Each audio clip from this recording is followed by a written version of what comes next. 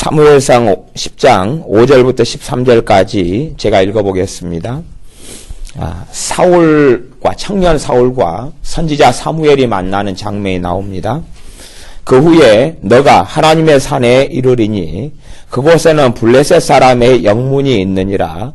너가 그리로 가서 그 성읍으로 들어갈 때에 선지자의 무리가 산당에서부터 비파와 소고와 저와 수금을 앞세우고 애언하며 내려오는 것을 만날 것이요.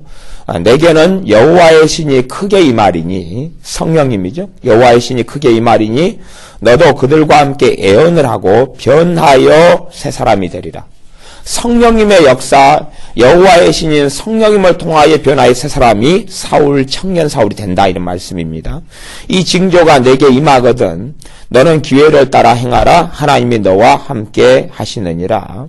너는 나보다 앞서 길갈로 내려가라. 내가 내게로 내려가서 번제와 화목제를 드리리니 내가 내게 가서 너의 행할 것을 가르칠 때까지 7일을 기다리라.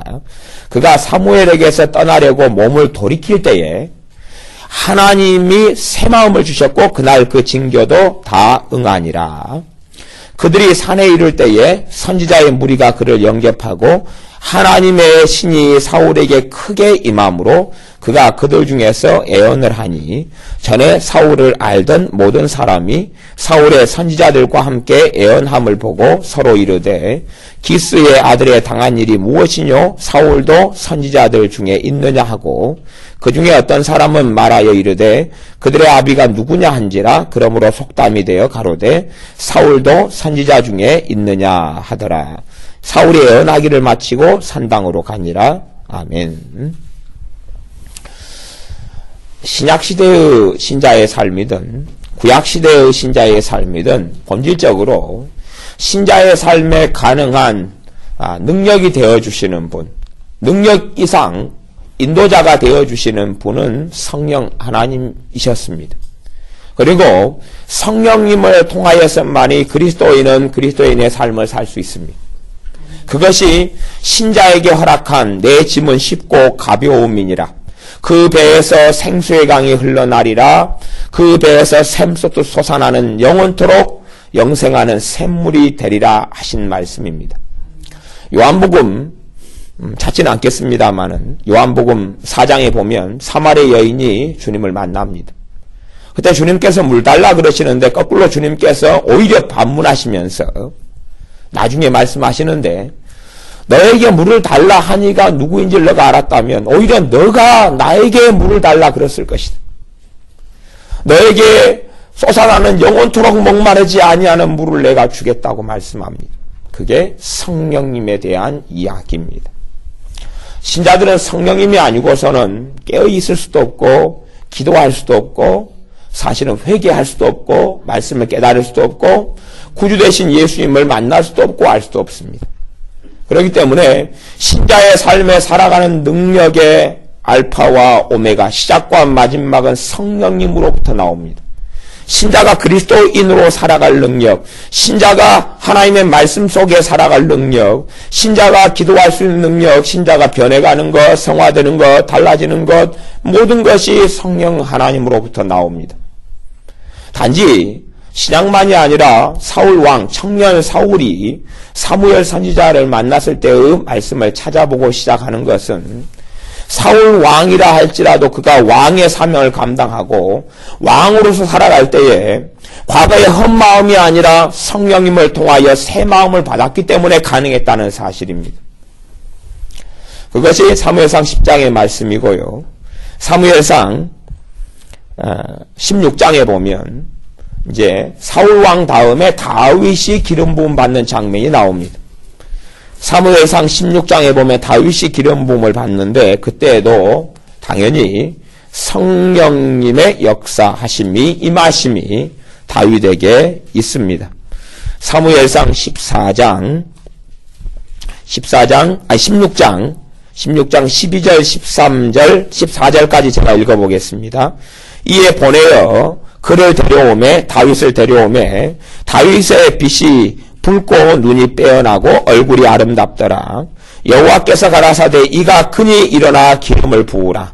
사무엘이 기름불을 취하여 그 형제 중에서 그에게 부었더니 그날 이후로 다윗이 여호와의 신에게 여호와의 영이신 성령님께 크게 감동되니라. 성령님의 역사가 크게 나타날 수도 있고 약하게 나타날 수도 있죠. 그래서 크게라는 수식어가 들어갔습니다. 크게 감동되니라. 사무엘이 떠나서 라마로 가니라. 14절에는 거꾸로 이야기가 나옵니다. 여호와의 신이 사울에게서 떠나고 사울 왕에게서 떠났습니다. 왜냐하면 그가 성령 회방죄를 지었기 때문에 그렇습니다. 그가 하나님을 거역하고 배교하고 돌아섰기 때문에 그렇습니다. 고의적으로 악의적으로 돌아섰기 때문에 그렇습니다. 그러므로 성령 하나님께서 떠났습니다. 떠나고 난 자리에는 누가 들어가냐 하면 마귀가 들어갑니다. 떠나고 여호와의 부리신 악신이 그를 번뇌케 한지라. 여호와의 부리신 악신이다. 참 번역하기가 어려운 단어인데요. 실상은요, 이 히브리어를 잘 못 알기 때문에 하나님께서 귀신들을 부린단 말인가 그렇게 이제 우리 개역성경 번역이 됐어요. 근데 히브리어 동사가요, 두 가지의 의미를 크게 가지고 있어요. 하나는요, 똑같은 동사가요, 사역행의 의미를 가지고 있어요. 누가 누구를 시켜가지고 이렇게 하다. 그거다고요. 그 다음 허용형의 의미를 가지고, 허용형. 이렇게 하는 것을 허락하다, 시키다, 허락하다. 두 가지 의미를 크게 동사는 가집니다. 히브리어가요. 뭐 구체적으로 히브리어나 이런 거 복잡하니까 제가 이야기 안 하겠습니다. 근데 이제 개역성경에서나 일반적으로 많이 번역을 선택했던 것이 사역형을 선택했어요. 그런데 허용형을 선택하는 게 성경 전체의 문맥에서 맞아요. 하나님이 마귀를 보냈으면 마귀를 쫓아낼 필요가 있어요, 없어요? 없잖아요. 하나님 보냈는데 뭐라고 마귀를 쫓아냅니까? 하나님 보냈으니까 아멘 그거 받아 먹어야지요. 그죠? 다윗이 수금과 비파를 켜니까 비파인가요? 수금인가요? 네, 하여튼 거시기를 켜니까 사울 왕에게 역사했던 악신이 떠납니다. 그러지요? 그러면 하나님이 보냈다가 하나님 쫓아내면 이상하잖아요. 그건 아니에요. 이게 불의신이라는 뜻이 사역형, 하나님이 시켜가지고 보냈다 이런 의미가 아니라 하나님이 결국은 그것을 방어막을 치워버리고 은혜를 걷어버렸다 하는 이야기예요. 그것이 욥기 1장에가 나오는데 욥에 대해서는 하나님께서 산울로 욥을 두르셨기 때문에 그가 그렇게 하나님을 경외하고 섬기는 것 아니겠습니까? 산울로 막고 방어로 막고 방패로 막고 둘러버리는 것처럼 보호해버리는 것처럼 그걸 걷어버리는 것이 그런 의미에서 허용형의 의미가 들어갑니다. 뭐 그까지는 이제 복잡하니까 설명을 대강 마무리하고요. 그래서 사울 왕에게서는 성령님께서 떠나시고요. 다윗은 성령님께 크게 감동됩니다. 성령의 역사가 크게 나타납니다. 그 이후로 다윗도 새 마음을 가지고 새 정신을 가지게 됩니다. 신자가 그렇게 살아가는 것이 나중에요. 다윗이 범죄한 다음에 시편에는 그렇게 기도합니다. 시편 51편에 보면 51편 11절 정도 나오는데요. 주의 성신을 내게서 거두지 마옵소서 그럽니다. 주의 성신을 내게서 거두지 마옵소서.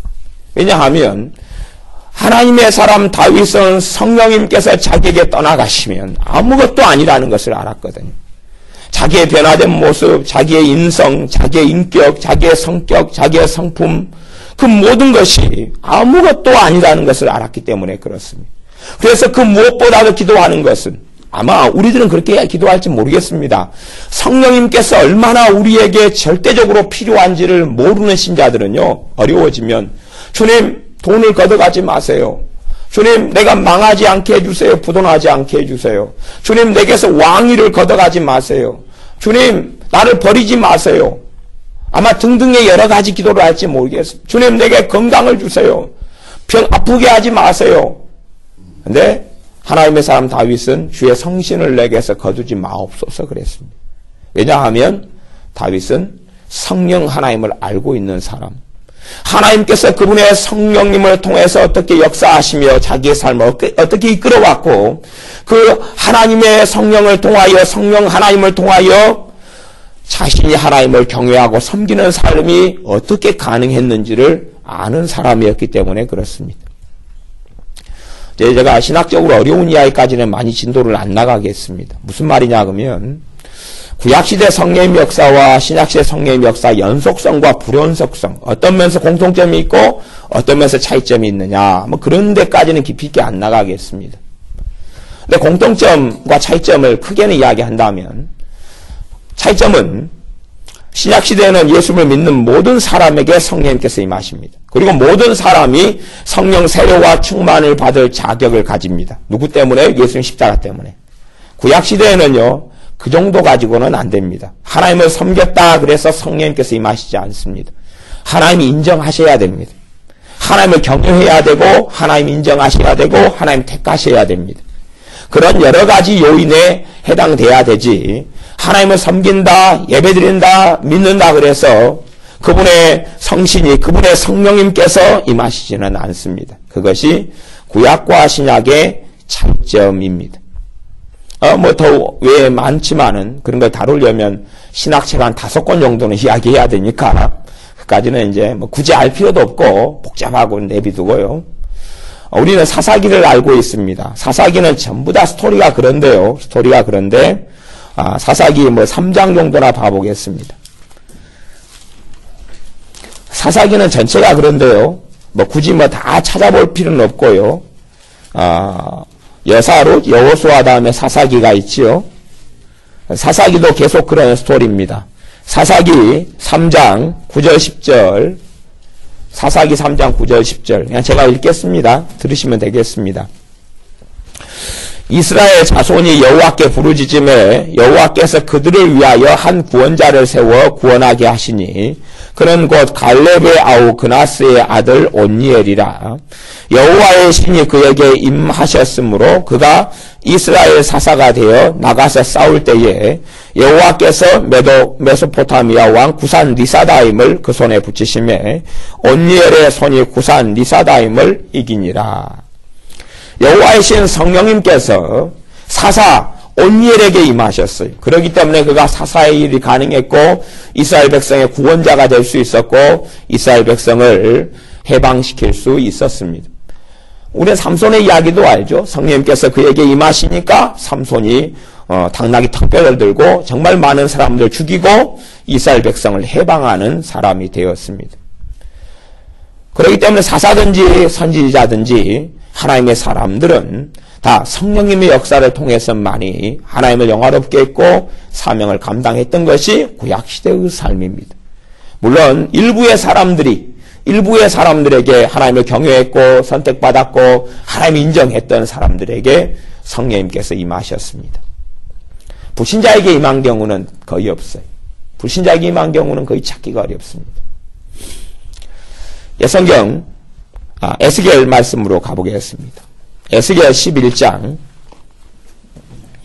에스겔은 특별히 이제 신약시대에 와서 오순절 이후에 어떻게 하나님께서 하나님의 영으로 사람들에게 부어주시는가를 보여주는 말씀입니다. 성령 세례, 성령 충만, 오순절, 그리고 계속되어지는 오순절의 역사를 통해 신자들에게 어떻게 그분의 성령님을 부어주시는가, 어떻게 신자들에게 새로운 법을 새겨주시고 새 마음을 주시는가가 나와 있는 성경 가운데 하나가 에스겔인데, 에스겔의 반복되는 말씀, 반복되는 주제 가운데 하나입니다. 에스겔 11장 19절 말씀을 제가 읽겠습니다.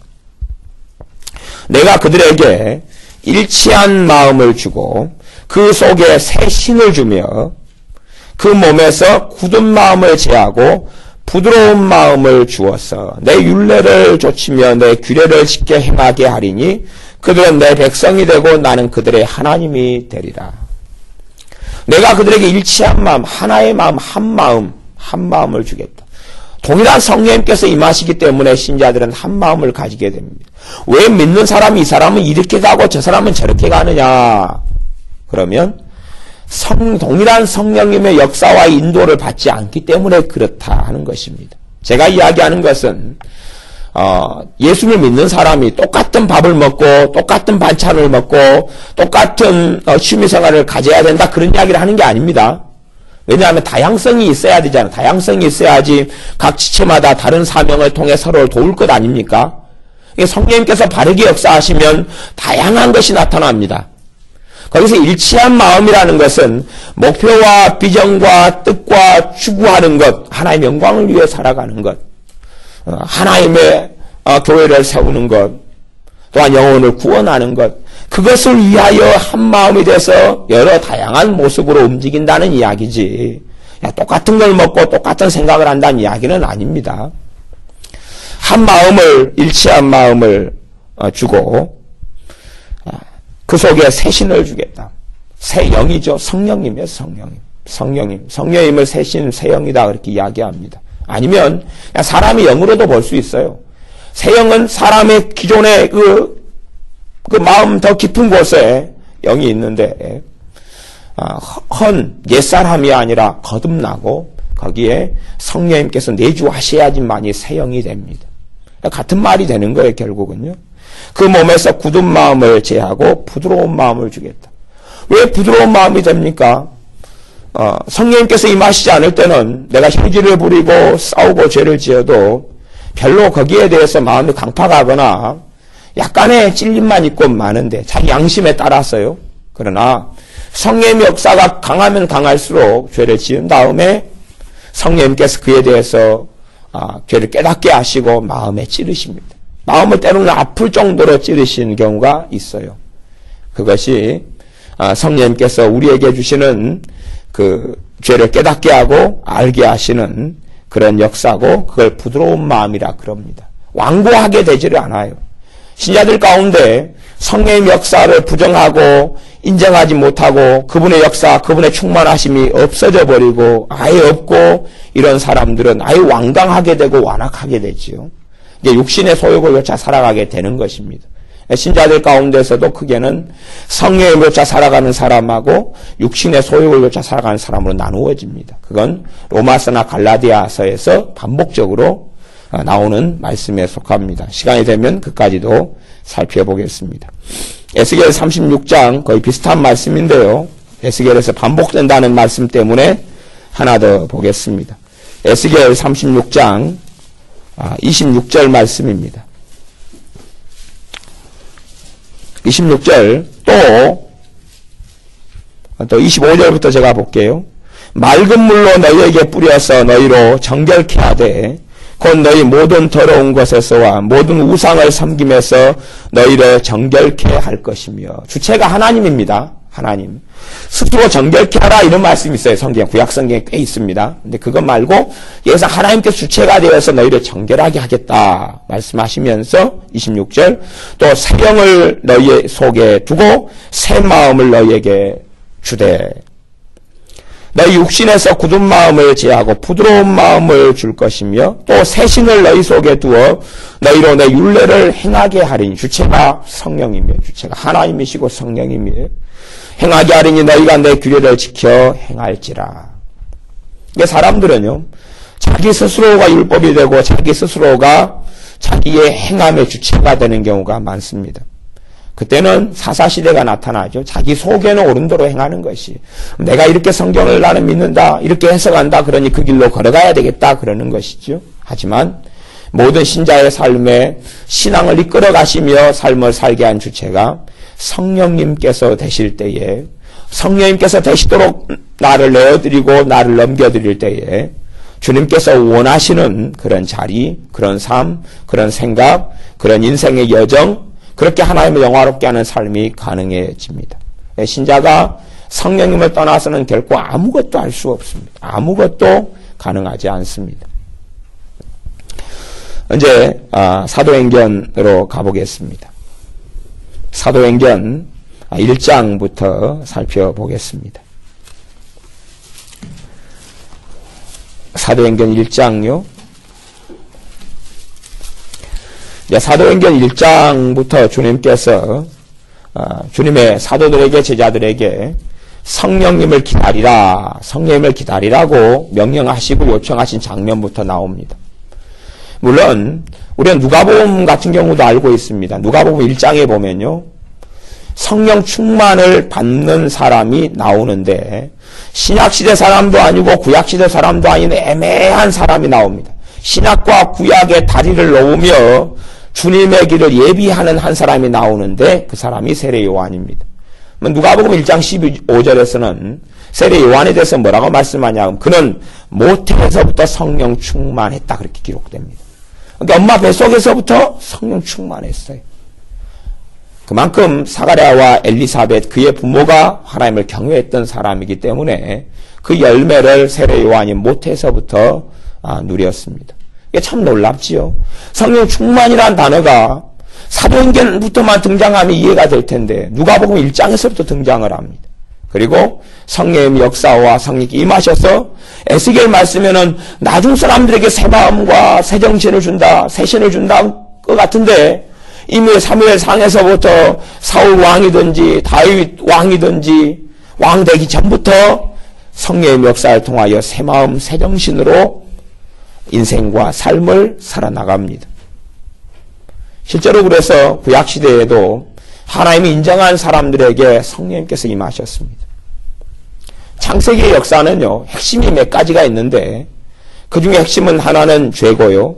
하나님의 창조, 죄, 그 다음에 나와 있는 게 심판 전에 한 사건이 있는데 그것이 심판 전에 한 사건이 창세기 한 6장 정도 보면요. 성령님이 떠나시는 사건이 나와요. 이 땅에 성령님이 떠나세요. 성령님 떠났는데 성령님 계속 계셔요. 사사기에도 있고 사무엘상에도 있고. 그래서 그런 부분까지는 제가 이제 복잡하기 때문에 설명을 다 하지 않겠다. 근데 성령님께 떠나시는 것이 어떤 것이냐 그러면 떠나셨다가 다시 오신 것이 오순절인데 그때는 모든 믿는 자에게 그리고 떠나실 때는 모든 사람들에게 임하셨던 성령님께 떠나신 거예요. 그리고 어떤 사람들에게만 역사하셨냐 그러면 하나님을 경외하는 사람들. 아모스 같은 사람은 선지자가 아니었는데 그 사람은 양치기고 뽕나무 무화과나무를 키웠던 사람이고 그런 사람인데 그 목자에게 성령님께서 임하셔서 그의 선지자로 삼으시고 그래서 나중에 야 네가 뭔데 애언하냐 네가 뭔데 하나님의 말씀이랍시고 전하냐 그러니까 아모스 선지자가 나 본래 나 뽕나무 나 무화과나무 키우는 사람이고 나 목동에 불과하다 너희들이 오직 못했으면 나를 세워가지고 말씀을 전하게 하겠냐라고 이야기할 정도로 하나님을 경외하는 사람에게 그분의 성령님께서 임하셨습니다. 실제로 이제 요 사도행전 보기 전에 성경을 하나를 더 살펴봐야 될 점이 있는데요. 사람들이 잘 이제 모르는 구절 하나가 있습니다. 이사야 63장은 제가 한번 찾아보겠습니다. 이사야 63장에 보면 신기한 구절이 하나가 나오는데요. 이런 구절 같은 것은 이제 좀 숨겨지는 말씀에 속해요. 이사야 63장 10절 말씀입니다. 이사야 63장 10절 말씀. 이사야 63장 10절. 제가 읽어보겠습니다. 그들이 반역하여, 이스라엘 백성인데요. 그들이 반역하여 주의 성신을 근심케 하였으므로 그가 돌이켜 그들의 대적이 되사 친히 그들을 치셨더니. 지금 구약시대 이야기입니다. 누구를 근심케 했더니 하나님의 심판이 나타나 버립니까? 성령님을 근심케 했더니 그래요. 그것이 구약 성경의 역사예요. 그러니까 하나님의 심판의 배경 속에 들어가 있는 이야기가 이 이야기입니다. 성령님을 근심케 했더니 성령님께 돌이키셔서 그들을 쳐버렸다 그래요. 구약시대의 역사 속에서도 계속되는 성령님의 역사가 계속 있어 왔고 이스라엘 백성의 심판이나 하나님의 진노가 성령님을 근심케 하는 것 때문에 있었다는 사실을 이사야 63장 10절에서는 확인할 수가 있습니다. 그리고 이제 창세기에서 그 떠나셨던 성령님 모든 세상 사람들에게서 그 당시에는 모든 세상 사람들이 하나님을 다 알았습니다. 믿었습니다. 왜? 아담과 하와의 후손이었기 때문에요. 다 한 부모에게서 났기 때문에 다 하나님을 다 알고 있습니다. 다 믿었고 다 섬겼는데 죄악을 따라 관영한 세상을 따라 살아갔고 그리고 샤머니즘, 우상, 무속, 별의별 것들을 다 만들어내고 창조해내고 그 속에 살아갔습니다. 이제 신자들에게 사도행전 1장 말씀에 주님께서 말씀하시기를 1장 4절에 사도와 같이 모이사 저희에게 분부하여 가라사대 예루살렘을 떠나지 말고 내게 들은 바 아버지 약속하신 것을 기다리라. 뭐 것이란 단어가 별로 옳은 해석은 아닙니다. 옳은 번역은 아니고 약속하신 분을 기다리라. 약속하신 일을 기다리라 하는 게 맞겠죠. 약속하신 성령님을 기다리라.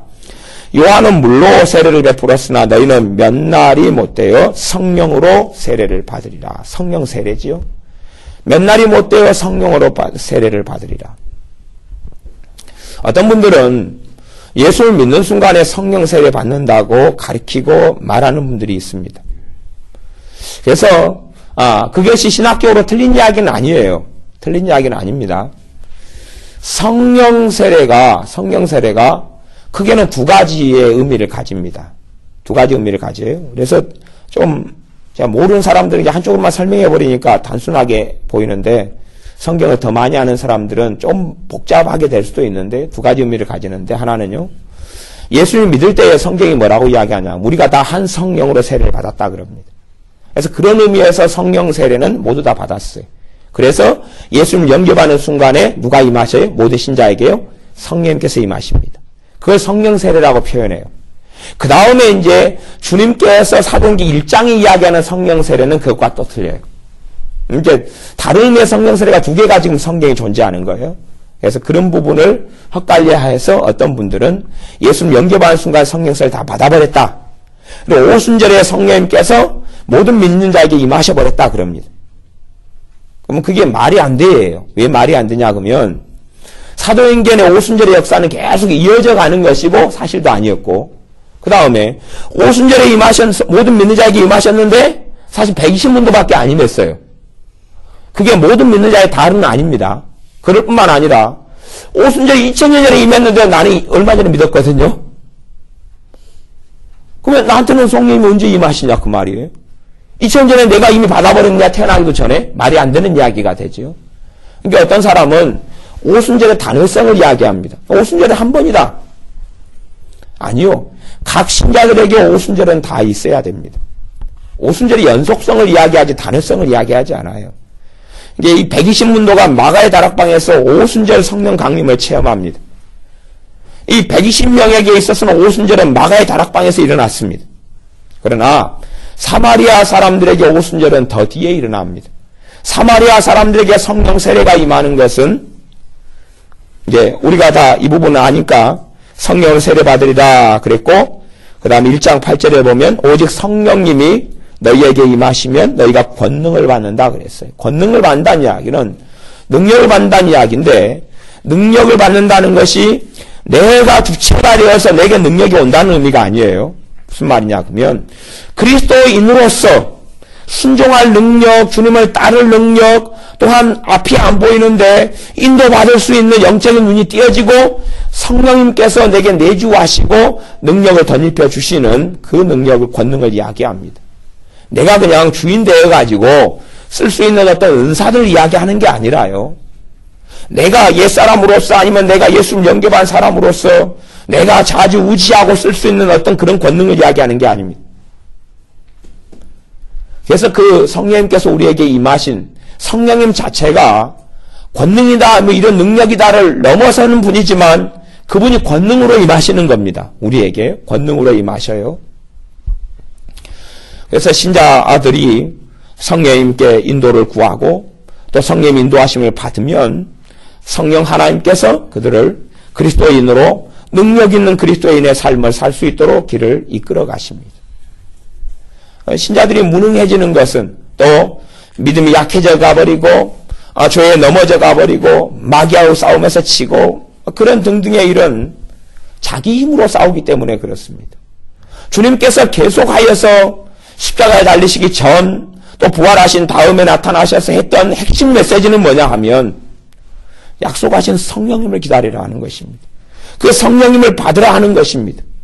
숨을 내쉬며 가라사대 성령을 받으라 말씀하셨는데 신자들은 2000년 전의 사건으로 끝내버리는 것입니다. 그렇게 하는 사람이 꽤 많아요. 편리하죠. 그러면 성령을 받으라 하는 것이 이제 성경에 필요가 없어요. 사실은 2000년 전의 사람 당시의 사람에게만 그 성경이 필요하지 지금의 신자들에게는 필요가 없을 거 아니에요. 왜 필요 없는 말씀을 적어놨겠어요. 지금 우리에게도 계속하여서 해당되고 이어지는 말씀이기 때문에 그렇습니다. 그래서 주님께서 내가 가면 너희를 홀로 두지 않고 고아처럼 홀로 두지 않고 내가 가서 다시 오리라. 다시 오리라. 말씀하셨고 주님의 영으로 성령님을 통하여 우리 안에 주님께서 다시 오셨습니다. 너희 안에 사신 이가 예수 그리스도라라고 말씀합니다. 그래서 그런 말씀은 오늘 고린도후서 말씀을 오후 때 찾아서 읽었지요. 우리 안에 너희 안에 예수 그리스도께서 거하는 것을 너희가 스스로 알지 아니하면 너희가 버리운 자니라. 그 말씀을 중심으로 오후의 말씀을 나누었습니다. 사도행전 2장에는 120명의 사람들에게 오순절 날이 이미 이름에 저희가 다 같이 한 곳에 모였더니, 그리고 2장 4절에 저희가 다 성령의 충만함을 받고, 그러니까 성령 세례나 충만이나 지금 같은 말로 쓰고 있습니다. 같은 말로 쓰고 있어요. 그래서 처음 성령 세례를 받은 것을 충만이라 그러기도 하고 세례다 그러기도 합니다. 왜냐하면 세례 뜻은 뭐냐 그러면 본래 세례가 침례란 말이에요. 침례. 다시 이야기하면요. 우리 세례는 장로교식의 세례는 머리에 그냥 물을 좀 끼얹어가지고 마는 것이지만 본래는 그런 건 아니고요. 본래는 강에 데려가서 강 같은 데 가서 호수 같은 데 가서 사람 물속에다 푹 담궜다가 끄집어내는 게 물세례예요. 그런 것처럼 그러면 성령 세례는 누구에게 담그는 것이냐? 그렇게 비유적으로 이야기한다면 성령님 속에 확 담겼다가 나오는 것이에요. 이게 꽉 담그면 이제 누구로 꽉 차는 거예요? 주변이 다 성령으로 차죠. 말하자면. 그게 성령 충만일 수밖에 없는 거죠. 그래서 성령 세례나 충만이나 상호 바꿔 쓸 수 있는 단어가 돼요. 그러지만 또 이렇게 서로 다른 단어가 되기도 합니다. 그래서 신학적으로는 그냥 처음 받는 성령 충만을 성령 세례다 그러고 두 번째부터 첫 번째도 성령 충만이지만 두 번째부터는 이제 성령 충만으로 표현합니다. 그래서 처음 성령 세례를 받는 사람들이 그 다음에는 성령 충만을 받기가 쉽고 성령 충만을 성령 세례를 체험하지 않은 사람들은 사실은 성령의 역사를 받기가 어려워요. 받기가 어려워서 신자들이 통과해야 될 가장 기본적인 것은 성령 세례가 됩니다. 그래서 뭐 오순절 계통의 교단들이나 하나님의 성회나 아니면은 뭐 순복음 계통 그렇게 좀 아는 사람들은 또 이거 성결교나 여러 군데에서 성령 세례를 표현하는 신학적 단어가 많이 있는데 그건 뭐냐면 일반적으로 제2의 축복이다 그렇게 표현합니다. 제2의 축복이다. 그러니까 첫 번째 축복은 뭐예요? 내가 예수님을 믿고 만나고 영접해서 구원받은 것이. 하지만 내가 예수님을 영접하고 구원받았는데 내 능력으로서는 이 받은 구원을 유지해 나가기 어려워요. 내가 예수님을 배신하지 않고 떠나지 않고 견고하게 믿음을 붙잡고 사는 것이 그때는 너무 어려워요. 갓난아이고 금방 죽어버릴 수 있어요. 기도하려 해도 기도가 잘 안 되거든요. 내 힘으로 하려고 그러는데 내게는 하나님에 대한 경외함도 없는데 단지 조금의 티끌 같은 믿음만 생겼는데 이 작은 티끌 같은 불씨를 가지고 유지하려고 그러니까 이건 어려운 것이. 그래서 성령님을 그렇게 보내겠다. 진리의 성령님이 오시면 너희를 모든 진리 가운데로 인도하시고 내가 말한 모든 것을 생각나게 하시리라 하는 요한복음 14장 이런 성령님에 대한 말씀들을 많이 주님께서 가르쳐 놓으셨어요. 정말 많이 가르쳐 놓으셨어요. 뭐 요한복음 7장 뭐 37절 이런 데도 많이 나오고 그랬죠. 그래서 오순절 때 120명의 문도가 성령님을 받습니다. 그리고 그에 대한 요엘서의 예언이 이루어졌다고 말씀하면서 요엘서 2장 17절 18절에 하나님이 가라사대 말세에 내가 내 영으로 모든 육체에게 부어주리니 너희의 자녀들은 예언할 것이요 너희의 젊은이들은 환상을 보고 너희의 늙은이들은 꿈을 꾸리라.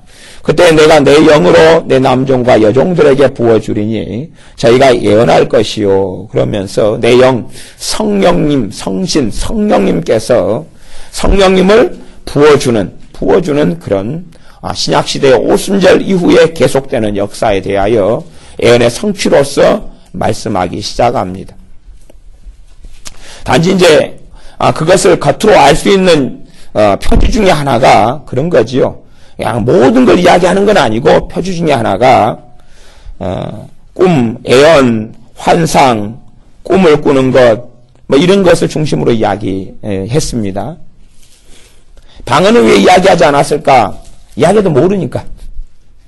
나중에 이제 내가 생소한 입술로 내가 이야기하리라 뭐 그런 말씀이 이제 구약에 나오지만 거의 뭐 드문 이야기가 됩니다. 그 다음에 사도행전 이제 사도행전 8장에 보면 사마리아에 복음이 전해지는데 일곱 집사님 중에 한 명인 빌립 집사님께서 핍박을 통해서 교회들이 다 흩어질 때에 빌립 집사님은 전도자로서 사마리아에 갔습니다. 사마리아에 가서 사마리아에서 복음을 전파하였습니다. 그때 사마리아 사람들이 예수님을 영접하고 믿었습니다. 8장, 사도행전 8장 4절부터 제가 읽어보면요. 그 흩어진 사람들이 두루다니며 복음의 말씀을 전할세 빌립이 사마리아 성에 내려가 그리스도를 백성에게 전파하니 우리가 빌립의 말도 듣고 행하는 표적도 보고 일심으로 그의 말하는 것을 좋더라. 많은 사람들에게 붙었던 저런 귀신들이 크게 소리를 지르며 나가고 또 많은 중풍병자와 안진뱅이가 나으니 그 성에 큰 기쁨이 있더라. 그러면서 이제 한 사람 이야기, 마술사 시몬에 대한 이야기를 합니다. 12절에 빌립이 하나님 나라와 및 예수 그리스도의 이름에 관하여 전도함을 저희가 믿고 남녀가 다 세례를 받으니 세례를 다 받았어요. 세례는 어떤 사람들에게 좋습니까? 예수님을 영접한 사람들에게 좋지요. 예수님을 신하고 믿은 사람들에게 좋습니다. 세례 받는다는 것 자체가 회심, 회개의 한 열매 중에 하나입니다. 그리고 이제 14절에 보면 예루살렘에 있는 사도들이 사마리아도 하나님의 말씀을 받았다함을 듣고 베드로와 요한을 보내매 그들이 내려가서 저희를 위하여 성령 받기를 기도하니 분명히 예수님 영접했는데 사마리아 사람들이요. 그런데 16절에 이는 아직 한 사람에게도 성령 내리신 일이 없고 그래요. 예수님 영접했는데 성령이 임하셨어요? 안 임하셨어요? 네, 그렇게 이야기해요. 그러니까 신학교로 오면 그렇게 말할 수도 있어요. 그래서 참 이게 제가 여러분들의 다 알아먹도 설명하기가 어렵다 그런 부분이. 분명히 여기서는요. 예수님 영접했는데 성령이 임했다고 그래요? 안 임했다고 그래요? 안 임했다고 그래요. 그래서 여러분이 좀 대강만 그냥 알아듣고 넘어가셨으면 좋겠어요. 너무 그냥 신학적으로 깊이 들어가면 여러분의 머리를 제가 굉장히 복잡하게 만들어질 수도 있는데 너무 복잡하게 생각하지 마시고 예수님을 영접하면 다른 말씀들, 그러니까 성경은 전반적으로 함께 다 봐야 돼. 함께 다 그걸 살펴봐야지 이해가 되는 거지. 한 구절만 가지고 극단적으로 흘러버리면 안 돼요. 여기서 성령 받은 일이 없다 그 말은 오순절 그 성령 충만이 안 임했다 그렇게 이해하시면 돼요. 예수님 영접하면 성령이 역사하시니까 예수님 영접하는 순간에 성령 세례는 안 와도 신학적으로는 예수님 성령께서 임하시니까 그걸 성령 세례라고 말하지만 지금 이 사도행전 주님께서 요구하신 성령 세례는 아니에요. 주님께서 말씀하신 성령 세례는 오순절에 체험했던 것, 또 사마리아 사람들이 체험했던 그것을 이야기하는 것이에요. 고넬료가 체험했던 것, 그 다음에 에베소 교회의 12명이 체험했던 것, 그것을 이야기하는 성령 세례를 말하는 거예요. 예수님 영접하는 순간에 평안이 옵니까? 안 옵니까? 오죠? 아이, 오는데요. 예수님 영접하면 평안이 와요. 그 가만히 경험을 살펴보셔야 돼요. 예수님 영접하면 평안함이 와요. 저도 예수님을 먼저 영접했을 때 평안함이 왔어요. 평안함이 왔는데, 실제로 평안함이 오래가질 않아요. 오래가지 않고, 예수님 제가 영접했어요. 평안하고, 주님이 그때부터 믿어졌어요. 믿어졌는데, 한 3일 지나니까 오락가락해요. 내가 속은 걸까? 그러다가 이제 조금 더 있으면, 하나님 살아계신 거 맞아. 그러니까 예수님을 영접했는데요. 제가 오락가락해요. 오락가락해요. 정말 하나님 살아계실까? 또, 살아계시지. 내가 예수님 영접했지. 예수님 내 안에 계시고, 나 지금 천국 갈 수 있다고 내가 확신이 드는데, 그러다가 또, 길 걸어가다 갑자기 또 문득 생각이 또 들어요. 진짜 살아계실까? 내가 세례당한 거 아닐까? 그러다가 또 예배드리고 나면 다시 또 살아계신 것이 믿어져요. 그러니까 제가, 실제로는 예수님 영접한 상태에서는 또요, 자주 의심이 쓱쓱쓱 왔다 갔다 하더라고요. 쓱쓱쓱 왔다 갔다 했어요. 실제로. 그렇게 이제 제가 3월달인가 예수님 영접한 다음에, 3월달? 4월달? 모르겠어요. 영접한 다음에 몇 개월 동안 그랬어요. 몇 개월 동안. 물론 예수님 영접하기 전에도 교회를 10년 이상을 더 다녔으니까요. 그래서 주님 영접을 못했어요. 그러다가 예수님 영접한 다음에도 오락가락해. 주님이 안 살아계신 것도 같다가, 살아계신 것 같다가, 또 밥 먹을 때 기도할 때는 또 믿음이 생겼다가, 밥 먹을 때 기도만 했어요. 밥 먹을 때 딱. 그전에는 밥 먹을 때 기도를 안 했어요. 안 믿으니까. 하나님을 안 믿으니까. 근데 믿는 사람이 있을 때는 기도를 했어요. 기도를 한 게 아니라 고개를 숙이고 숫자를 셌어요. 기도할 줄 모르니까. 믿음이 없는데 무슨 기도를 합니까? 숫자를 3개까지만 셌어요. 하나, 둘, 셋. 근처에 이제 어머니가 계시면 5개까지 세줬어요. 신령하게. 5개까지. 이 정도면 기도했다고 생각하시겠지. 안 믿는데 무슨 기도를 해요. 대신에 믿는 척을 해줬죠. 그래서 교회는 제가 먼저 다녔는데. 예수님 영접한 다음에도 어떨 때는 평안이 있고 평안이 한 3일은 그래도 갈 때까지 의식이 별로 안 오더라고요. 근데 3일 정도 지나니까 평안이 사라져요. 약해져요. 그래도 이제 믿음 자체는 없어지질 않아요. 예수를 믿는 믿음을 그래서 너희가 받았으니 그렇게 말씀해. 뭘 받았어요. 그 다음에 이제 한 3개월 지난 다음에 교회에서 잠을 자다가 갑자기 거기서 성령님께서 임하셨어요. 성령 세례를 받았어요. 회개가 터지고 눈물을 흘리고 콧물을 흘리고 방언 은사가 임하고 그랬어요. 그냥 뭐 대단히 회개한 것도 아니고 그냥 갑자기 그냥 회개가 터지기 시작한 거예요. 갑자기 눈물이 나고 울고 제가 깨달아지고 화면이 이제 텔레비전처럼 화면처럼 어릴 때부터 지었던 죄들이 필름처럼 돌아가는 거예요. 그렇게 해서 방언이 터지고 방언이 터지니까 이제 새벽 3시까지 4시까지도 계속 방언하니까 교회에서 자는 분들이 저한테 제발 좀 조용히 좀 해달라고 하더라고요. 잠이 안 온다고. 그 새벽 예배 드려야 되는데 그렇게 시끄럽게 방언하고 있으니까 잠이 안 온다고 하더라고요. 제 양반이 나보다 기도들 많이 하는 양반인데 제 양반들 다 잠들고 저는 계속 방언을 따따따따 뚜뚜뚜뚜뚜 막 그러고 있는데 그 다음부터 계속 이제 밤낮 없이 막 방언 기도를 했지요. 방언 기도만 합니까? 이제 그 다음부터 우리 동네 밑에가 점집이 쫙 수십 집이 있어요. 이렇게. 그럼 점집에 돌아다니면서 전도를 하기 시작했죠. 점집에 다니면서 전도를 했어요. 근데 인자 예수님 믿고 이제 성령세 받아가지고 전도를 할지는 몰라요. 가가지고 방언을 해줘버렸어요. 봐봐 하나님 살아계시잖아. 뚜뚜뚜 아까가 후박크시야 심박하 막 그러고 예수님 믿으라고. 술집하고 있는 형수하고 형한테 쫓아갔어요.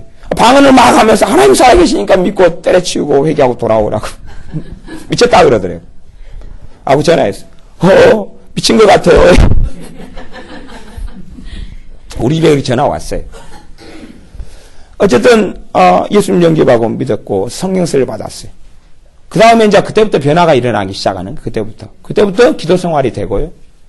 그러니까 사람 만나면 제가 기도했어요. 같이 성령세례 받자. 뭐 이제 고등학교 그때 2학년 때였어요.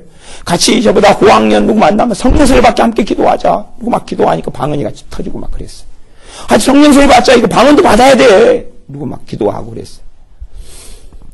그때부터 변화가 일어나요. 그때 이제 의심이 또 들어와. 그러니까 제가 선천적으로 의심이 좀 있었던 모양이에요. 아니면 의심으로 역사는 마귀에 있었던지. 의심이 갑자기 쓱 들어오니까 제가 방언을 막 했어요. 와켄 쉔마이 하비스 로켄 오비스. 내가 이렇게 모르는 언어를 가지고 기도를 하는데 하나님이 살아계시니까 하는데 의심 어디 갔어? 자식아 하라. 그러니까 의심이 없고 그 다음부터 오지를 않더라고요.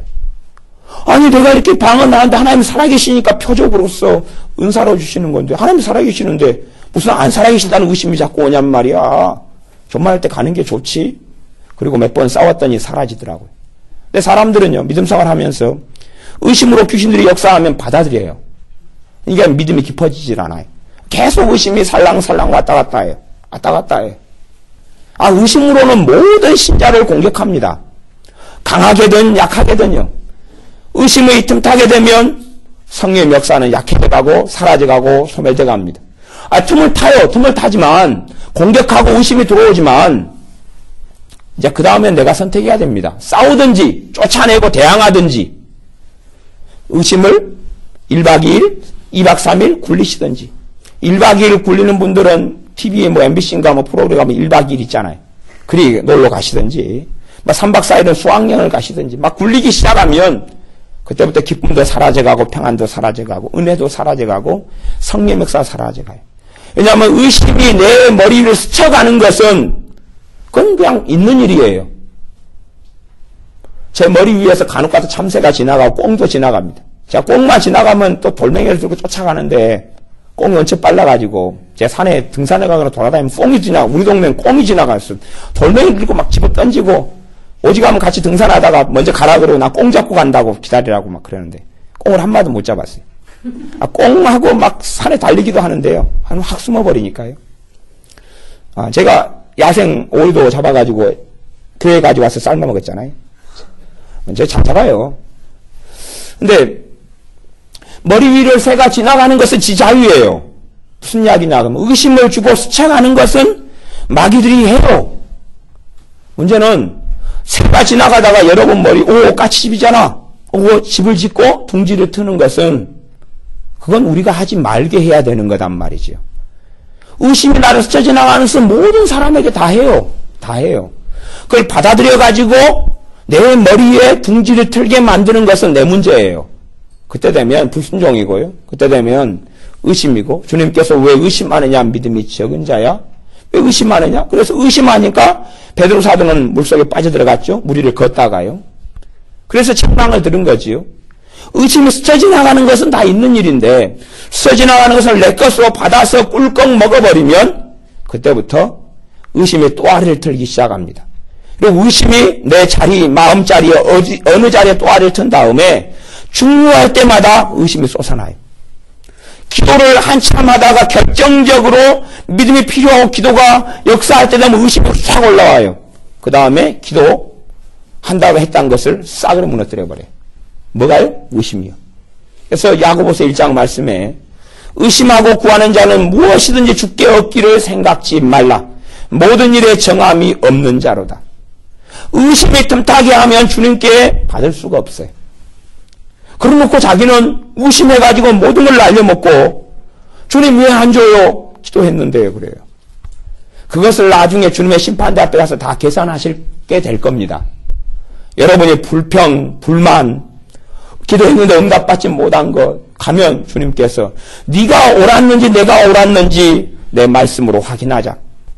그때 그 상황을 비디오, 천사, 트럭 쫙 영상해가지고 마음 상태까지 비춰! 쫙 비추면은 그때 응답이 오기 이틀 전까지는 잘했는데 그 다음에 의심이 틈타가지고 불신하고 안 믿다가 슬렁슬렁 하나님 어떻게 하는가 보자. 그래서 아무 열매가 없이 끝나버렸는데 용주삼위로 끝나버렸는데 봐봐 너 잘못이었잖아 이거. 너가 불신했지? 내 말씀에 야고보서 1장 말씀에 너가 읽었지 않느냐? 의심하는 자는 무엇이든지 주님께 얻기를 생각하지 말라고 했지 않느냐? 이게 진리잖아. 그러니 못 받은 건데 왜 내 탓을 하느냐? 내가 그러면 진리를 어그려가지고 하나님 말씀 내가 한 말씀을 어기고서라도 해줘야 되느냐? 내가 그렇게 불의하게 돼야 되느냐? 라고 말씀하실 것이고 그렇게 변론하실 것입니다. 나중에 주님 앞에 서면 우리가 의아했던 것, 의심했던 것, 고민했던 것, 내가 원망했던 것, 내가 또 하나님 왜 이렇게 했을까 이해 안 됐던 것에 대해서 샅샅이 다 설명해 주시게 됩니다. 이게 그리스도의 심판대 앞에서 일어나는 일입니다. 그러니 어지간한 것을 이 땅에서 좀 풀고 가야지 거기 가서 전문용어로 이야기하면 창피를 당하고 쪽팔림을 당하는 일이 별로 없어질 것입니다. 사도행전 8장에서는 그래서 이는 아직 한 사람에게도 8장 16절 성령 내리신 일이 없고 오직 주 예수의 이름으로 세례만 받을 뿐이라라. 이에 두 사도가 저희에게 안수함에 성령을 받는지라. 안수에서 성령님께서 임하십니다. 이게 사도행전에서 있는 사마리아 지역에서 성령 세례가 임하고 성령 충만이 임한 장면입니다. 그 다음에 이제 고넬료 이야기가 나오는데 10장입니다. 10장.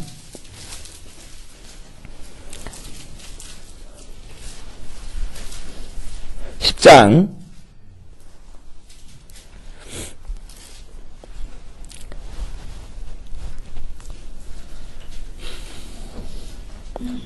10장에 이제 10장 34절부터 베드로 사도가 가서 고넬료 집에 가서 설교하는 내용이 나옵니다.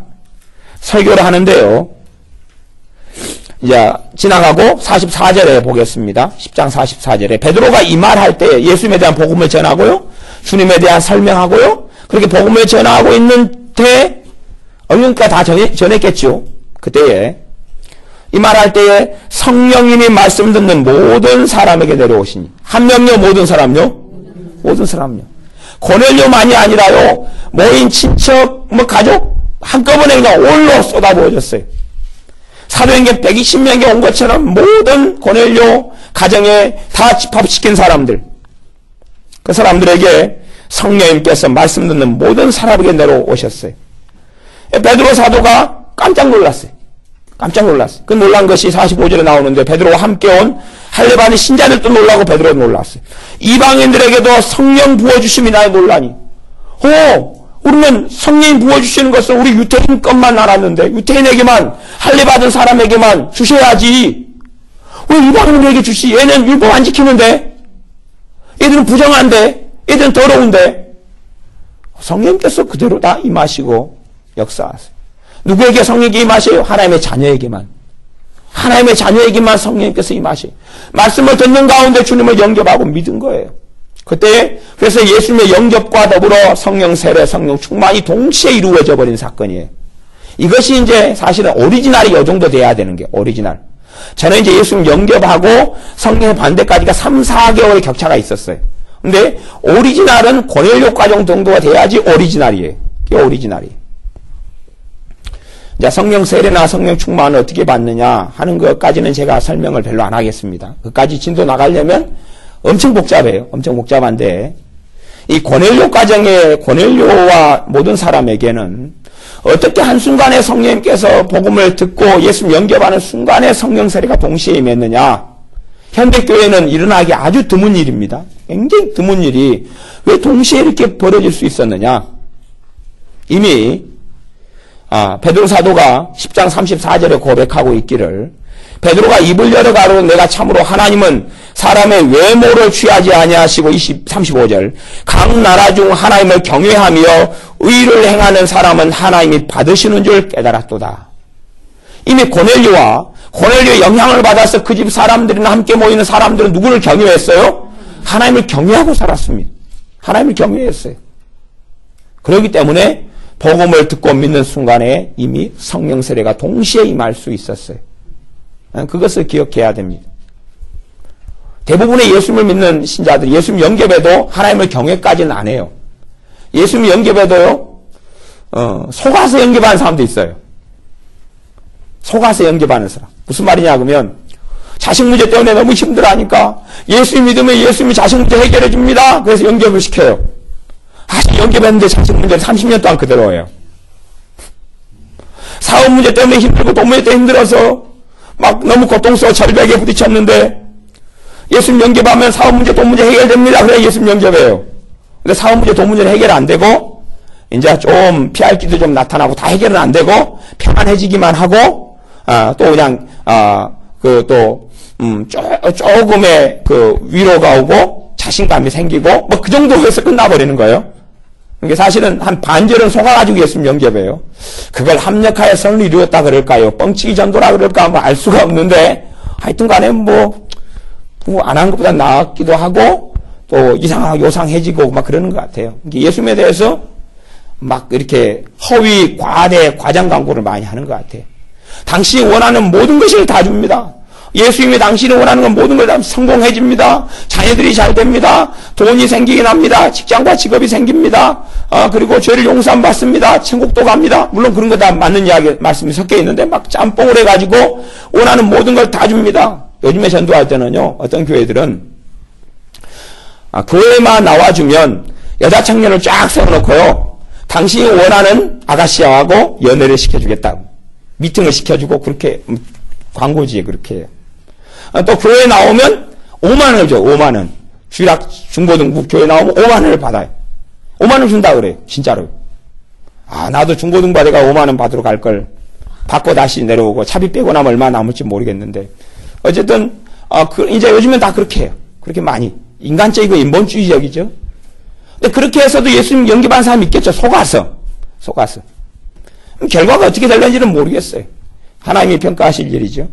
근데 그런 경우에 자기의 필요를 따라서 예수님 영접한 다음에 주님을 사랑하지 않아요. 별로. 주님을 이용하려고 그래요. 대부분 그런 사람들에게는 성령 세례가 임할 수가 없지요. 대신 그런 경우는 임할 수가 없어요. 성령 충만도 임할 수가 없어요. 그런 경우가 이제 실제로 현대 교회에서는 많이 일어나는 일이 됩니다. 그 다음에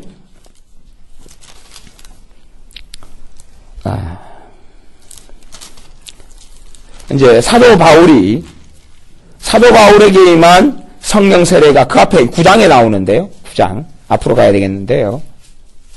9장에 나오는데 9장 17절에 주님께서 아나니아를 다메섹에서 예수님을 만난 사울, 청년 사울이죠. 다메섹 도상에 가다가 다시 그분의 영광 가운데 하나님의 본체로서 나타나신 예수님을 만난 사도 바울이 식음을 전폐하고 3일 동안 회개하고 엎드려 있습니다. 그때 주님께서 아나니아에게 청년 사울, 이 바리새인인 사울에게 이 검사, 형사권을 가진 이런 정말 무서운 사람인 사울에게 가라 그럽니다. 이 청년 사울, 검사권을 가진 바리새인 사울은 막강한 권력을 가지고 있어서 아나니아가 무서워서 못 갑니다. 그러니까 주님께서 설득시켜서 가라 그러지요.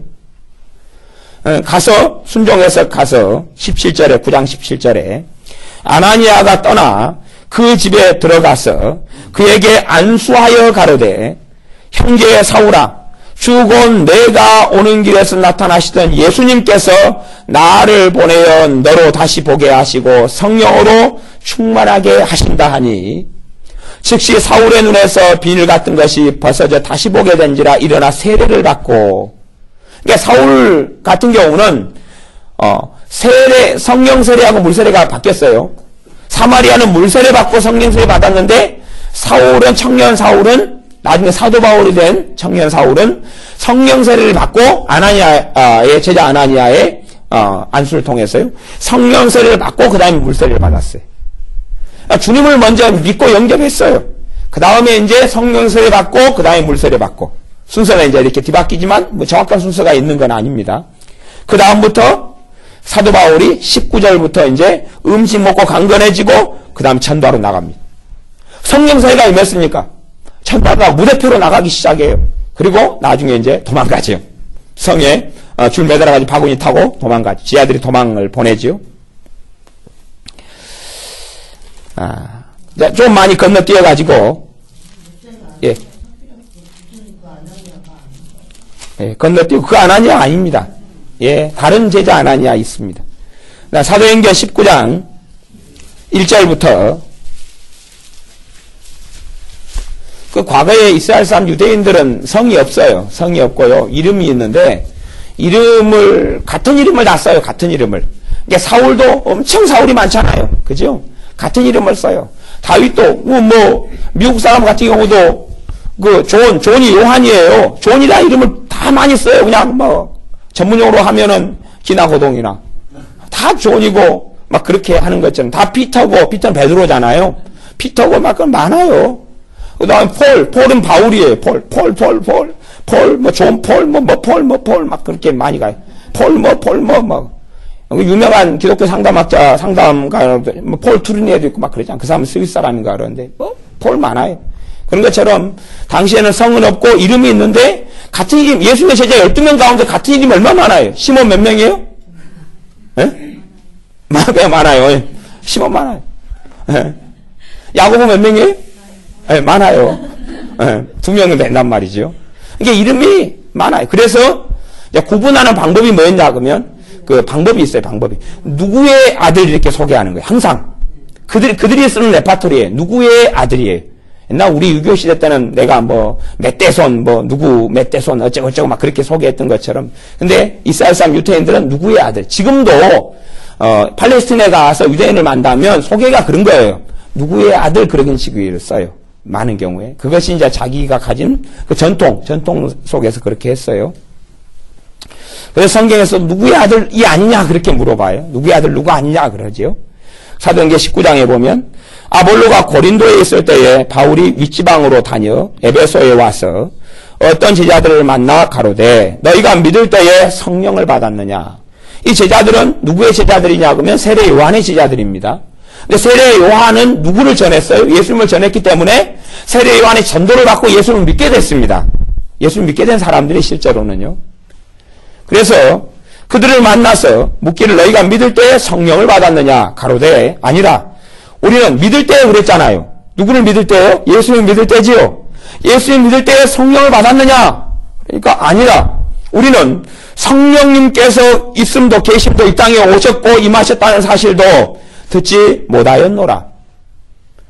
바울이 가로되 그러면 너희가 무슨 세례를 받았느냐? 대답하되 요한의 세례로다.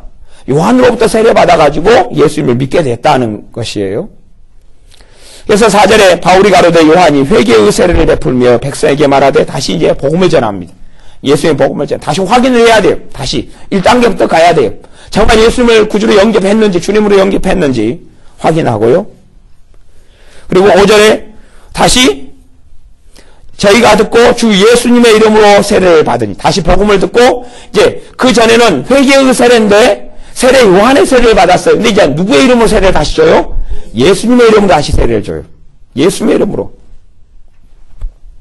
이게 요즘에는 뭐 대학생들이든 또 군대 같은 청년들이든 믿음도 없는 상태에 세례를 받는 게 많이 있어요. 사실 그건 세례가 아니에요.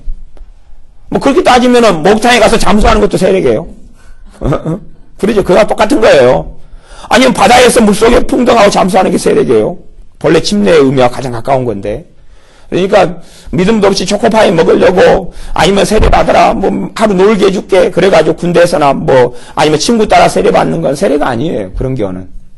세례는 어떤 걸로 인정해줘요? 믿음 가운데 예수님을 믿는 가운데 받는 것만 세례인 거예요. 안 그러면 그냥 가만 앉아있는데 물만 목사님이 툭툭툭 두드리고 가면은 다 세례겠어요. 말이 안 되는 이야기죠.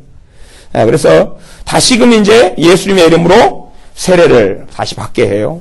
다시 확인을 하고 공적으로 신앙을 고백하게 하고 그 순서를 그대로 따라갑니다. 마태복음 28장처럼 아버지와 아들과 성령의 이름으로 세례를. 그러니까 요한의 이름으로 세례 받았잖아요. 요한의 세례. 요한이 가르친 예수님을 믿었고 요한의 이름으로 세례 받았는데 예수님의 이름으로 다시 세례를 받게 해요. 그 다음에 6절에 바울이 그들에게 안수하며 성령이 그들에게 임하심으로 방언도 하고 애언도 하니 모두 12사람쯤 되더라. 성령 세례를 받기 시작해요. 12명이 받아요. 이것이 사도행전 19장의 에베소 교회의 시작입니다. 에베소 교회가 그렇게 시작합니다. 그래서 우리의 삶 속에 성령 세례, 성령 충만. 그리고 이제 나중에 에베소서에 가면 에베소 5장 18절에 가면 어떤 말씀이냐 그러면 너희가 오직 술 취하지 말라는 방탕한 것이니 5장 18절에 오직 성령의 충만함을 받으라. 성령의 충만함을 받으라. 그렇게 말씀합니다. 자, 앞에 에베소 앞에 갈라디아서 같은 경우는 성령님을 따라 사는 삶의 열매를 이야기하는데요. 갈라디아서 5장 16절부터 보면 내가 이르노니 너희는 성령님을 좇아 행하라. 그리하면 육체의 욕심을 이루지 아니하리라. 성령님을 좇아 행하라. 갈라디아 교회도요. 성경에서 자세히 갈라디아의 부분을 다루지 않지만 갈라디아 교회도 정말로 갈라디아 교회 신앙생활의 출발과 변화의 원동력을 성령 세례라고 이야기합니다. 그렇기 때문에 다 한 성령으로 세례를 받아 하나가 되었고 그건 이제 고린도전서에 나오는 말씀이지만 3장에 보면 갈라디아 3장에 보면 내가 너희에게 다만 이것을 알려 하노니 너희가 성령을 받은 것은 율법의 행위로냐 듣고 믿음으로냐. 성령을 받은 것은 성령 세례 충만을 받은 것은 율법의 행위로냐 듣고 믿음으로냐. 이것이 성령 세례나 충만의 핵심입니다. 성령 충만 세례 받는 방법이에요. 율법의 행위로냐 그 말은 너가 바르게 살고 똑바로 살고 너가 거룩해지니까 그 상급으로 성령 세례가 온 것이냐 성령 충만이 오느냐 아니면 너는 더럽고 허물이 많고 악한데 예수님을 믿는 믿음을 통하여 그분의 십자가의 대속을 믿는 믿음을 통하여 성령 세례와 충만을 너가 받았느냐라고 묻는 것입니다. 당연히 갈라디아 교회들은 다 성령 세례를 받은 교회들이에요. 다 대부분 다 받았어요. 그러니까 묻는 거예요. 왜? 성령 세례 경험이 있거든요. 생각해 보세요. 성령 세례가 그냥 단지 예수님 영접할 때 받는다 그러면 특별하지는 않잖아요. 뚜렷하지도 않고 쇼킹하지도 않아요. 예수님 영접할 때 그냥 울면서 회개하고 눈물 흘리고 영접하는 사람도 있겠지만 대부분의 신자들은 안 그렇거든요. 그냥 밍숭밍숭하게 영접합니다. 맹숭맹숭하게 영접해요. 그런 상태에서 너희가 성령을 받은 것은 성령님께서 너에게 임하신 것은 그렇게 이야기하면 뭐 언제 임했는데? 그러잖아요. 에베소 사람들이 요한의 세례 받으면서 예수를 믿었잖아요. 근데 성령님 어디 계셨는데 그러잖아요. 성령님 언제 계셨는데 언제 임하셨는데 우리 몰라요. 사도 바울이 그러잖아요. 아마 갈라디아 교회에 보낸 편지도 이렇게 보낼 때 되면 갈라디아 교인들도 성령 세례를 받은 그 역사적인 일이 없을 때는 그럴 거예요. 언제요? 사도 바울 선생님 착각하시는 거 아니에요? 벌써 나이 드셔서 좀 그렇게 이상해지시는 거 아니에요? 뭐 언제요? 언제 성령께서 임하셨는데요? 언제 성령 세례 받았는데요? 그런데 이들은 뚜렷하게 성령 세례를 받았거든요. 무엇 때문에요? 예수님의 복음을 듣고 믿음을 통했어요. 듣고 믿음을 통했어요. 그래서 핵심은 듣고 믿음입니다. 대신에 이제 도와주는 방법이 뭐냐 그러면 안수라는 거였어요. 대부분의 경우에 안수라는 걸 통하여 도와줄 수 있었어요. 그래서 사도행전은 대부분 안수를 통하여 성령 세례가 임하죠. 성령 충만이 임하고 세례가 임해요. 그것이 교회에 주님께서 주시는 한 방법 중에 하나예요. 모든 방법은 아니고 한 방법이에요. 왜냐하면 저 같은 경우는 뭐 성령 세례 받고 임할 때 뭐 안수 받은 일은 없으니까요. 그냥 교회에서 그냥 울다 기도하다가 성령 세례 임하였으니까 뭐 그런 건 아니죠. 근데 성경에서 제시하는 주님의 방법은 안수라는 방법이 있다는 건 기억하셔야 돼요. 물론 이제 그 안수라는 걸 이용해서 뭐 임파테이션이다 뭐다 해가지고 마음대로 사람을 꼬이고 장난치고 농락하는 일도 실제로는 있어요. 예수님의 이름으로요. 그런 부분은 이제 유의해야 될 부분이 될 것이고요. 어쨌든 이 갈라디아 교회는 율법의 행위로서 내가 잘 살아서 똑바로 살아서 헌금을 많이 내서 심지어는 기도 생활을 많이 해서 그렇게 해서 성령님께서 임하신 게 아니고 듣고 예수님을 믿는 믿음으로 내게 성령 세례가 임하고 성령 충만을 받는 자격 요건이 내게 있는 게 아니라 예수님께 있다는 것을 믿는 믿음을 통하여 받았다는 사실입니다.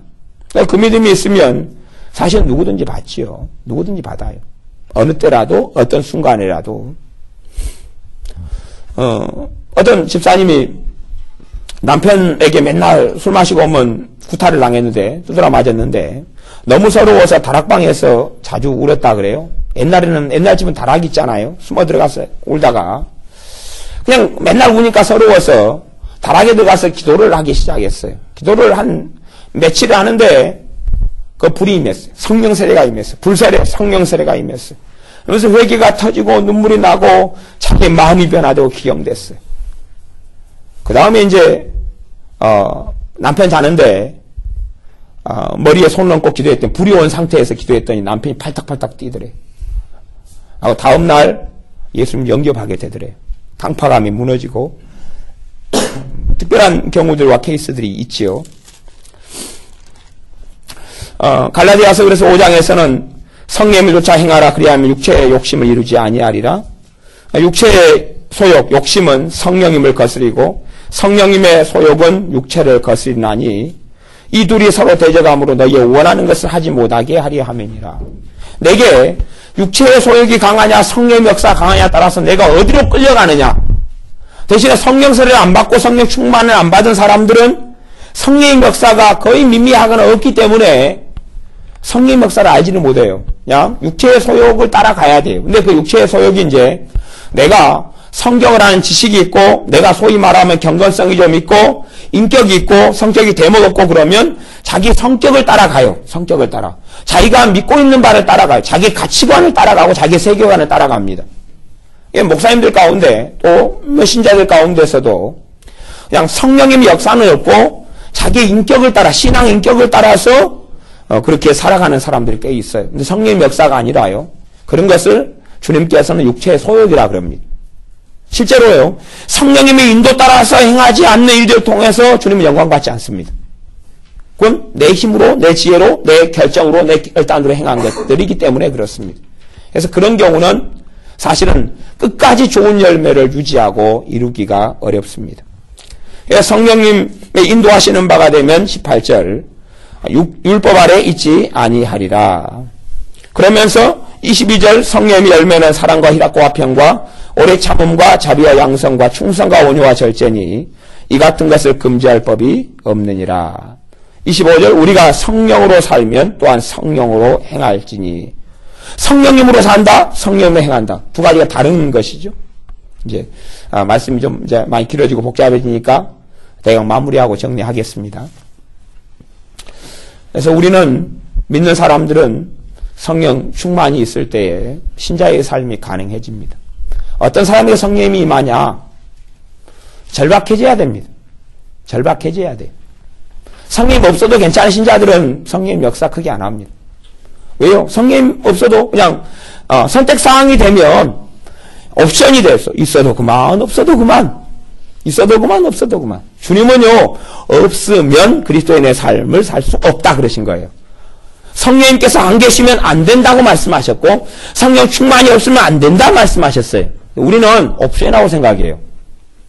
그리고 실제로 사람들이 생각하기에 성령님이 역사하시나 안 하시나 삶이 얼마가 비슷하다고 착각하거나 그냥 성령님이 역사하시면 평안을 주고 성령님이 역사하시면 기분 좋고 성령님이 역사하시면 용기가 생기고 그 정도로 성령님을 어떤 능력과로 생각한다면 성령님에 대해서 크게 오해하고 착각한 것입니다. 성령님은 주님의 영으로서 오셔서 나를 이끌어 가시기를 원하시는 것이고 근데 어떤 사람들은 주인이 나고 성령님께서는 내게 능력을 주고 용기를 주고 담대함을 주고 은사를 주고 살기는 내가 대장되어서 사는 것을 원하는 사람들이 있어요. 하지만 그때는 성령님하고 코드가 안 맞습니다. 성령님이 오신 근본적인 이유하고 어긋나게 됩니다. 성령님은 우리를 인도하시는 주님의 영으로서 오시는 것이지 내 노예와 내 종으로 오시는 게 아닙니다. 오락 게임 가운데 1943이나 1945 같은 걸 해보면 한참 막 비행기가 날아가다가 뭘 몇 개 먹으면 양쪽 날개가 두 개, 작은 비행기 두 개가 생깁니다. 안 해보셔야 모르죠. 오락 안 좋아하시는군요. 작은 비행기 두 개 생기면 내가 가는 데마다 이 비행기가 따라다녀가지고 내가 총을 쏘면 같이 쏴줘요. 저리 가면 이 비행기 두 개가 따라와가지고 총을 같이 쏴줘요. 성령님을 그렇게 생각하는 사람들이 있단 말이에요. 그때는 성령님 역사하셨다가도 그냥 사라져버립니다. 성령님은 계시지만 그 충만함이 사라져버려요. 그 인도하심이, 역사하심이, 깨닫게 하심이, 알게 하심이, 은혜 주심이, 열매 맺음이 사라져버려요. 성령님이 나의 엑스사례가 아니라 내 주도권을 가지신 분이 돼야 됩니다. 실제의 삶에서는 주님의 영으로 성령님께서 인도하시기 때문에 성령님께서 나를 주관하시도록 내어드려야 되고 나를 이끄시도록 내어드려야 되고 성령님께서 나를 감동하시고 나를 깨닫게 하시며 내 기도 생활에 성령님께 주체되어서 역사하시도록 나를 넘겨드려야 됩니다. 내가 자꾸만 중심을 잡고 내가 판단하고 내가 생각하는 게 아니라 내가 어떤 걸 생각할 때도 물론 이제 구체적으로 막 성령님 이렇게 해주십시오 이렇게 안 해도 그냥 주님 찾으면 성령님께서 누구의 이름으로 오셨어요? 그리스도의 영으로 주님의 영으로 주님의 이름으로 오셨어요. 그러니까 내가 주님을 찾으면 성령님 역사하세요. 그냥 주님을 찾으면 성령님 역사하세요.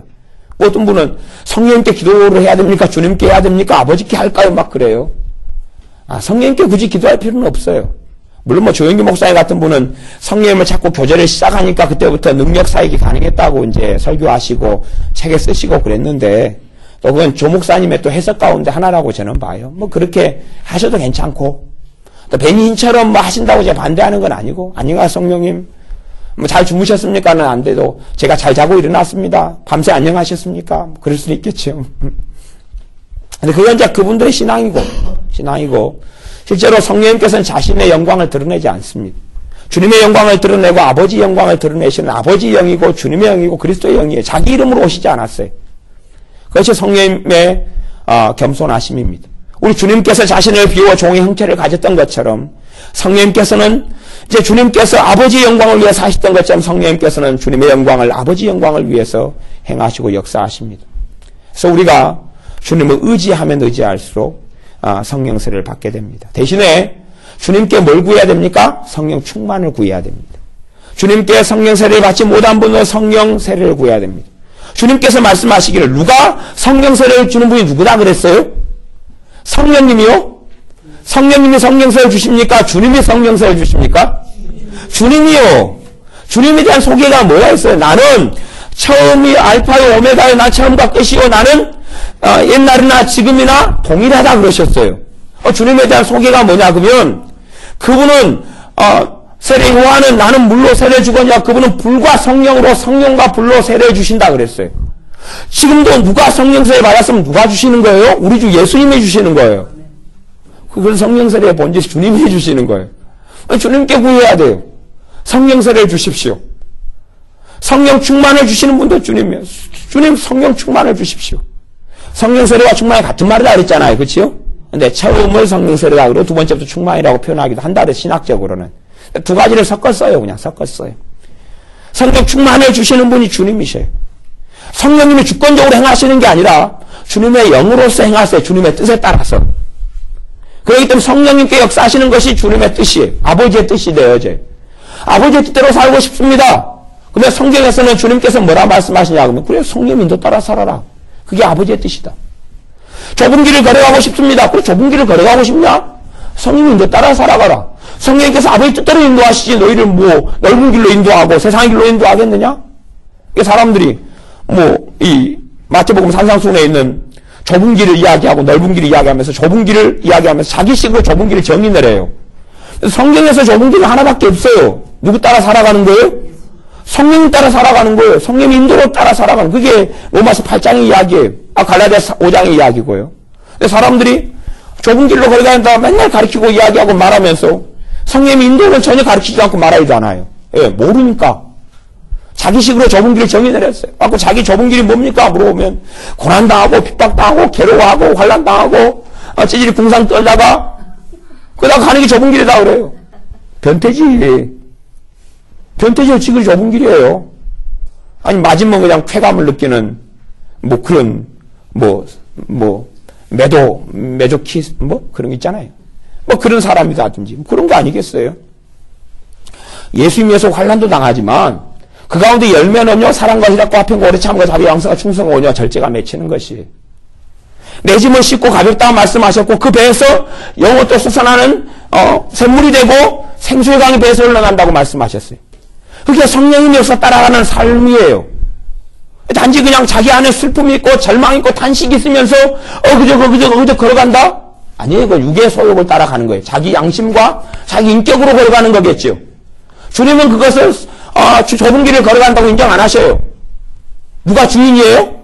자기가 주인이거든. 자기가 주인이면서 절망, 탄식, 눈물 가운데 어이구 겨우겨우 걸어가는데 어떻게 그것이 주님께서 영광받아요? 내가 주인으로 살아가는 거거든요. 성령님을 거역하고 성령님을 거스르고 성령님을 부정하고 걸어가는 자기의 길이거든요. 이게 모양은 비슷하게 좁은 길이 될 수 있으나 주님이 인정하는 좁은 길은 되지 않아요. 주님이 인정하는 좁은 길은 성령 충만한 삶을 사는 것이고 성령의 인도 따라 살아가는 것이고 성령의 역사함을 따라 살아가는 것이고 성령님이 가르치신 진리를 깨닫고 진리 안에서 살아가는 것이 성령님의 인도받는 삶이고 그게 좁은 길이에요. 사람들이 좁은 길 맨날 이야기해도 뜻이 뭡니까? 그러면 이상한 소리 뻑뻑해요. 그래서 참 초등학교 다시 들어가야지. 왜 이상한 성경을 전체로 왜 저렇게 모르고 이상한 이야기를 할까? 참 요상하다. 그렇게 생각을 많이 합니다. 근데 목회자 그럴 땐 더 깝깝해버려요. 성도님들이 그러면 바보세요 성경적으로 그게 틀렸네요. 그러지만 주의 종이 그러고 또 유명한 사람이 그러면 자기가 잘났으니까 절대 알아먹지를 않아요. 우리는 성령님으로 살 때의 죄와 사망의 법에서 해방됩니다. 생명의 성령의 법이 죄와 사망의 법에서 너희를 해방하였습니다. 그럽니다. 성령님의 역사와 성령님의 인도와 성령님의 권능을 힘입고 그분의 은사와 그분의 열매가 나를 통하여 맺어지도록 나를 내어드리지 않으면 참된 신자의 삶은 불가능합니다. 그러므로 성령님이 없이는 그래서 다윗이 범죄한 다음에 뭐라고 기도합니까? 누구를 거두지 말아달라고요? 주의 성신을 내게서 거두지 말아달라고. 누구한테 기도하죠? 하나님 아버지께. 하나님 아버지가 주의 성신을 거두시고 안 거두시고 그러시잖아요. 그러니까 아버지 하나님 주의 성신을 내게서 거두지 마옵소서 그러는 것이에요. 그렇기 때문에 이 사울 왕에게도 성령님이 떠나갔어요. 떠나가니까 그 다음에는 마귀가 역사하고 악신이 역사하는 거예요. 신자의 삶에 성령님이 함께 하실 때만이 자유함이 오기 시작합니다. 신자의 삶에 성령님이 함께 하실 때만 죄에서부터 자유함이 오고, 근심에서 자유함이 오고, 절망과 탄식에서 자유함이 오기 시작합니다. 왜요? 내 능력으로 마음을 지키는 게 아니라 내 안에 운행하신 성령의 역사를 통하여 마음을 지키고 생명의 역사가 나타납니다. 그러므로 여러분들이 성령님 없이는 꼭 절망을 느끼셨으면 좋겠습니다. 내 능력으로는 절망을 체험하셔야 그게 복음의 능력이 나타나는 것이고 성령의 역사가 나타나는 것입니다. 나로는 할 수가 없구나. 내 능력으로는 할 수가 없구나. 작은 일에서부터 절망하시면 됩니다. 괜히 그냥 교통사고 나가지고 절망하고 큰일 벌어야 절망하지 말고 작은 일에서 절망하십시오. 저는 작은 일에 절망합니다. 작은 일에 절망해요. 어떤 일에 절망하냐 그러면요. 저녁에 제가 말씀을 이제 다 끝냈잖아요. 이제 끝냈어요. 이제 앞으로 5분 안에 다 끝나요. 무조건. 그러면 저녁에 설교하기 전에 저는 절망합니다. 주님, 나는 전할 게 없어요. 뭘 설교해야 될지는 몰라요. 주님이 안 가르쳐 주면 깡통이에요. 그리고 절망하고 엎드립니다. 그래서 그냥 권사님이 아까 말씀하신 것을 전날 감동이 오고 마음이 왔어요. 이 부분을 다시 전하면 되겠구나. 그렇게 왔어요.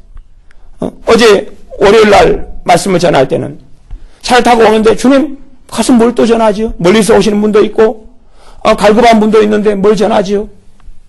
주님께 차에 오는 길에 이거 전하라고 감동을 주셨어요.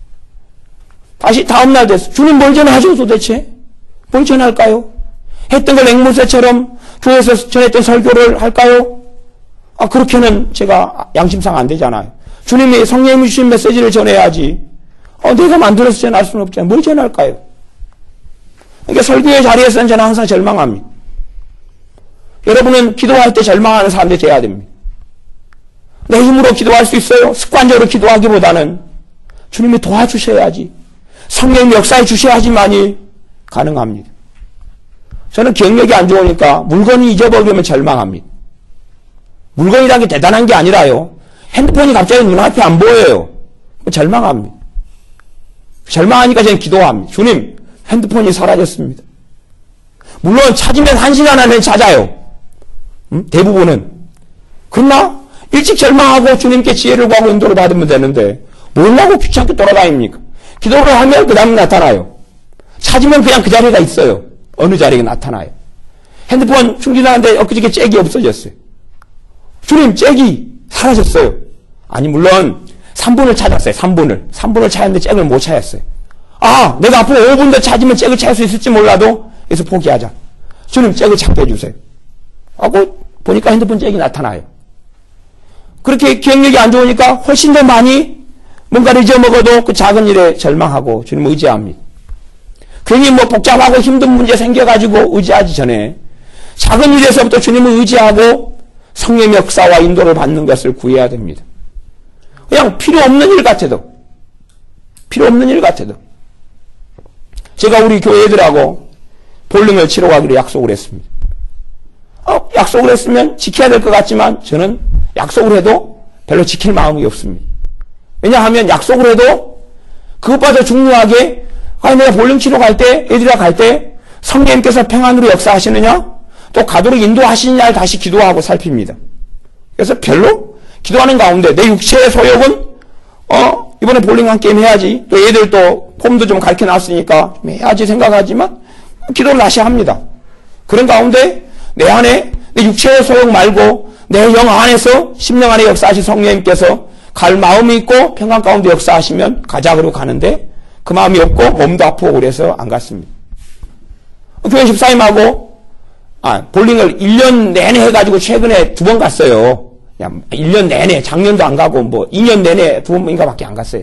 엊그저께 최근에 형제 하나가 멀리서 와서 볼링장에 가자 그래가지고 간 다음에 재밌어서 그 다음 판도 한번 갔는데 가기 전에 집사님하고 내일 저녁에 볼링 치러 갑시다 이야기 해놨어요.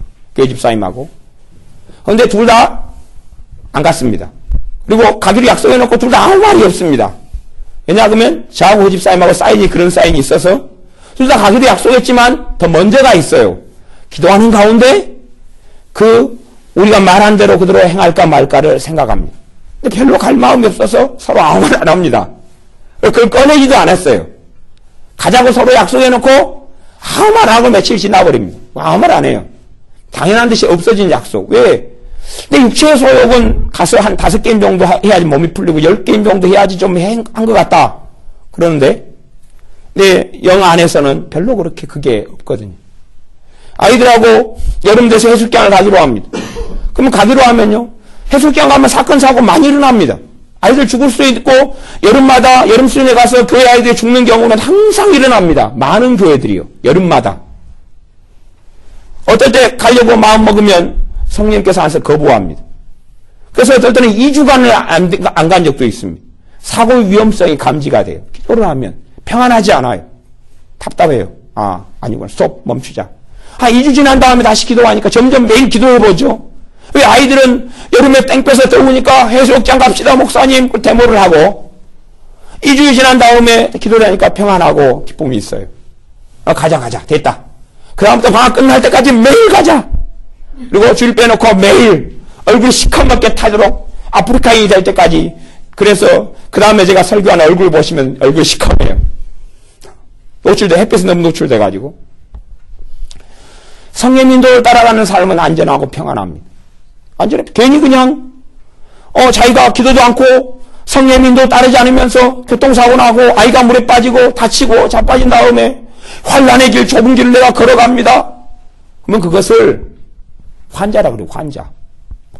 환자. 주님 의지하지 않고 혼자 그냥 전철에 부딪히고 벽에 부딪히고 전봇대 머리 부딪히고 술취가 부딪힌 것처럼 행설수하고 사건 사고 다 일어나면서 좁은 길을 걸어갑니다. 그래도 믿음을 지킵니다. 그러면은 변태죠. 그렇게 살아가는 좁은 길을 걸어가는 이상한 환자들이 많이 있습니다. 꼭 성령님의 능력을 입고 은혜를 입고 세례를 받고 충만을 받으십시오. 성령님의 역사가 계속하여 나타나서 하나님의 뜻을 분별하고 우리에게 좋은 걸 주시는 아버지 하나님. 세상에 좋은 것이 아니라 주님과 가까이 살아가고 주님과 동행하는 진짜 좋은 것 말이죠. 주님을 영화롭게 하는 진짜 좋은 것을 얻는 삶을 다 살게 되시기를 바랍니다. 기도하겠습니다. 주님, 우리는 성령님의 역사하심이 도우심이 없이는 주님을 영광스럽게 할 수 없고 아버지의 뜻을 이룰 수 없고 아버지를 기쁘시게 할 수 없습니다. 그리하오니 주님, 우리에게 성령 충만을 주시옵소서. 우리의 이름으로 구하는 게 아니라 주님의 이름으로 구합니다. 주님의 십자가의 대속을 의지하여 구합니다. 주님을 믿는 믿음을 통하여 성령 충만을 구합니다. 이 밤에 엎드려서 구할 때에 성령님을 통하여 충만히 임하도록 주님 역사하여 주시옵소서. 성령 충만을 주시옵소서. 주님 성령 충만을 주시옵소서. 주님 성령님을 통하여 세례를 주시옵소서. 주님 성령 충만을 주시옵소서. 성령 세례를 주시옵소서. 예수님의 이름으로 기도하옵나이다. 아멘.